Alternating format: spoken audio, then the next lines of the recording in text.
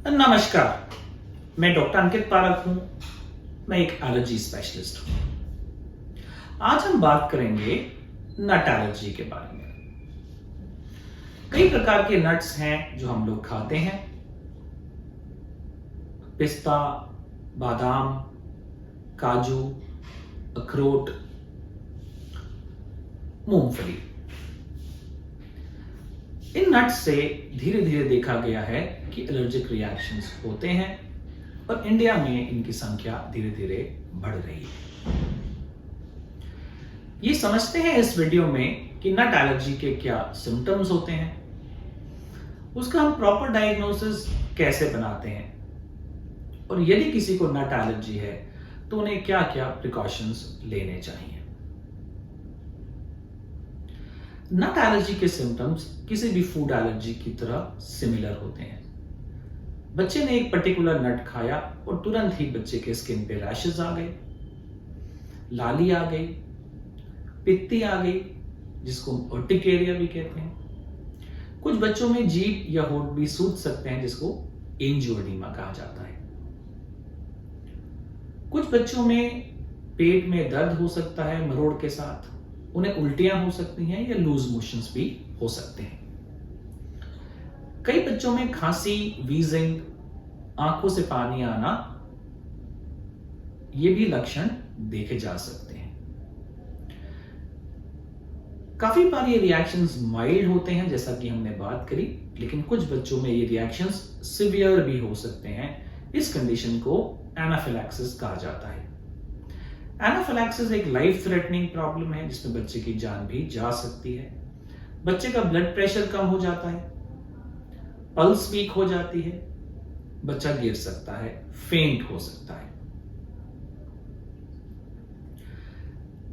जिन बच्चों को संभावित नट एलर्जी की प्रॉब्लम है,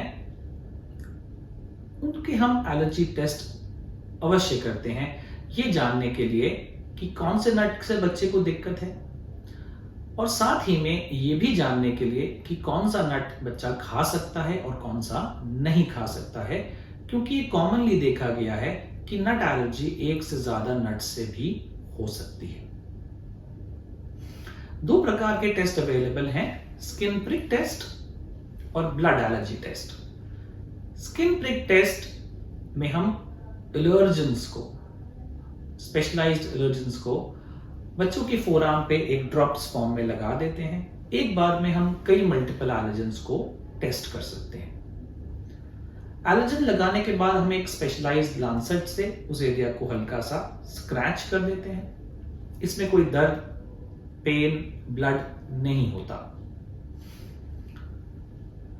जिस बच्चे को एक पर्टिकुलर नट से एलर्जी है, तो वहां पे एक छोटा सा मच्छर के कांटे जैसा उभरा हुआ निशान बन जाएगा, और इससे हम कंफर्म कर सकते हैं कि बच्चे को किस नट से प्रॉब्लम है। ब्लड एलर्जी टेस्ट इम्यूनोकैप के माध्यम से करे जा सकते हैं। ये थर्मो फिशर नाम की कंपनी बनाती है, और इंडिया में कई सारे लैब्स में यह सुविधा अब अवेलेबल है।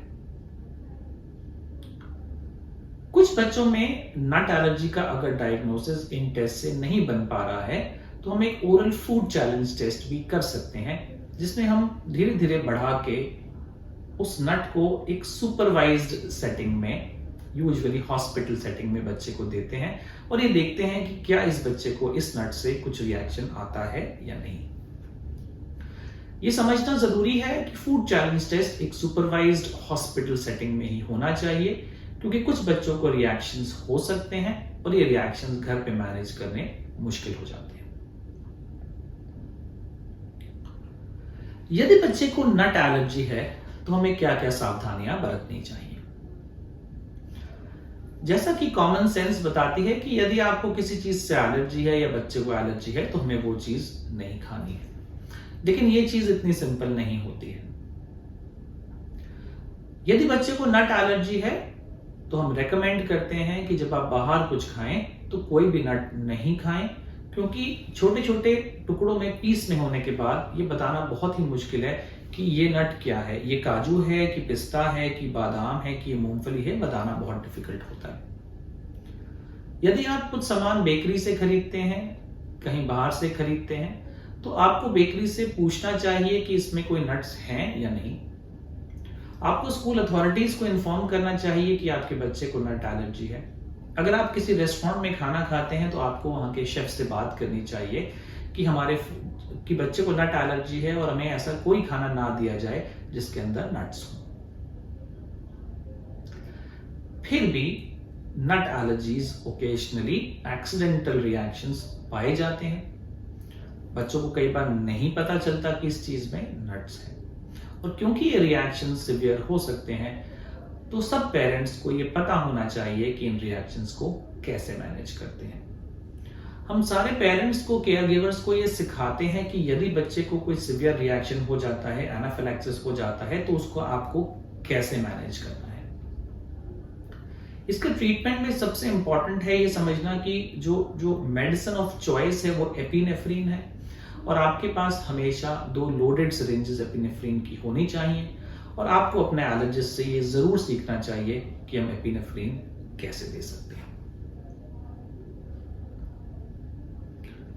तो यदि आपके बच्चे को किसी नट से दिक्कत है या कंफर्म्ड एलर्जी है तो आपको एक पीडियाट्रिक एलर्जी स्पेशलिस्ट से जरूर संपर्क करना चाहिए।